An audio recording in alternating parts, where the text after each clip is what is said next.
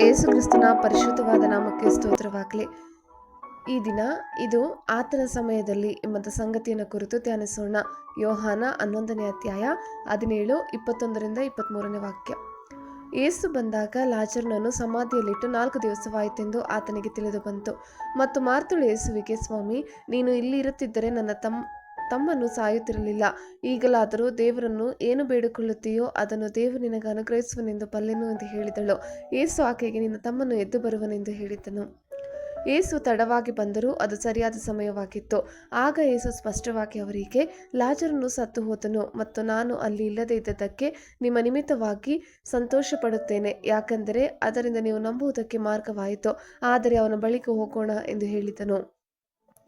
ಹೊಸ ಒಡಂಬಡಿಕೆಯಲ್ಲಿ ಕೈರೋಸ್ ಎಂದರೆ ದೇವರ ಉದ್ದೇಶಕ್ಕಾಗಿ ನಿಗದಿತ ಸಮಯ, ದೇವರು ಕಾರ್ಯನಿರ್ವಹಿಸುವ ಸಮಯ.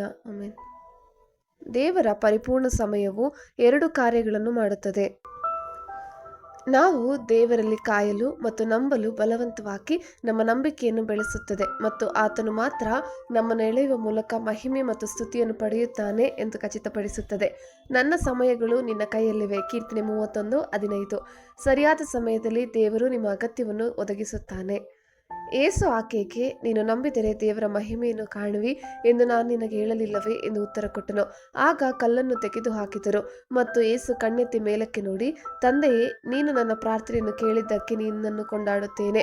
ನೀನು ಯಾವಾಗಲೂ ನನ್ನ ಪ್ರಾರ್ಥನೆಯನ್ನು ಕೇಳುವವನಾಗಿದ್ದಿ ಎಂದು ನನಗೆ ಗೊತ್ತೇ ಇದೆ. ಆದರೂ ನೀನೇ ನನ್ನನ್ನು ಕಳುಹಿಸಿಕೊಟ್ಟಿ ಎಂದು ಸುತ್ತಲೂ ನಿಂತಿರುವ ಜನರು ನಂಬುವಂತೆ ಅವರಿಗೋಸ್ಕರ ಈ ಮಾತುಗಳನ್ನಾಡಿದ್ದೇನೆಂದು ಹೇಳಿದನು. ಅದನ್ನು ಹೇಳಿದ ಮೇಲೆ ದೊಡ್ಡ ಶಬ್ದದಿಂದ, ಲಾಜರನೇ, ಹೊರಗೆ ಬಾ ಎಂದು ಕೂಗಿದನು. ಸತ್ತಿದ್ದವನು ಹೊರಗೆ ಬಂದನು. ಅವನ ಕೈಕಾಲುಗಳು ಬಟ್ಟೆಗಳಿಂದ ಕಟ್ಟಿದ್ದವು, ಅವನ ಮುಖವು ಕೈಪಾವುಡದಿಂದ ಸುತ್ತಿತ್ತು. ಯೇಸು ಅವರಿಗೆ, ಅವನನ್ನು ಬಿಚ್ಚಿರಿ, ಹೋಗಲಿ ಎಂದು ಹೇಳಿದನು. ದೇವರು ಯಾವಾಗಲೂ ಸಮಯಕ್ಕೆ ಸರಿಯಾಗಿರುತ್ತಾನೆ. ಇದು ನಾವು ಕೆಲವು ಜನರಿಂದ ಸಂಪರ್ಕ ಕಡಿತಗೊಳ್ಳುವ ಸಮಯವಾಗಿದೆ. ನಿಮಗೆ ಅಗತ್ಯವಿರುವ ಯಾವುದೇ ಸಮಯದಲ್ಲಿ ದೇವರು ಇದ್ದಾನೆ. ಆಮೆನ್. ನಾನೇ ಪುನರುತ್ಥಾನ ಮತ್ತು ಜೀವ. ಯೋಹಾನ 11ನೇ ಅಧ್ಯಾಯ 25-27 ವಾಕ್ಯ. ಯೇಸು ಆಕೆಗೆ, ನಾನೇ ಪುನರುತ್ಥಾನವೂ ಜೀವವೂ ಆಗಿದ್ದೇನೆ. ನನ್ನ ನಂಬುವವನು ಸತ್ತರೂ ಬದುಕುವನು ಮತ್ತು ಬದುಕುತ್ತಾ ನನ್ನ ನಂಬುವ ಪ್ರತಿಯೊಬ್ಬನು ಎಂದಿಗೂ ಸಾಯುವುದಿಲ್ಲ. ಇದನ್ನು ನಂಬುತ್ತೀಯಾ ಎಂದು ಹೇಳಿದನು. ಆಕೆ, ಹೌದು ಸ್ವಾಮಿ, ಲೋಕಕ್ಕೆ ಬರಬೇಕಾದ ದೇವಕುಮಾರನಾದ ಕ್ರಿಸ್ತನು ನೀನೇ ಎಂದು ನಂಬಿದ್ದೇನೆ ಅಂದಳು. ಆಮೆನ್. ಕರ್ತನ ಕೃಪೆ ನಿಮ್ಮೆಲ್ಲರೊಂದಿಗಿರಲಿ.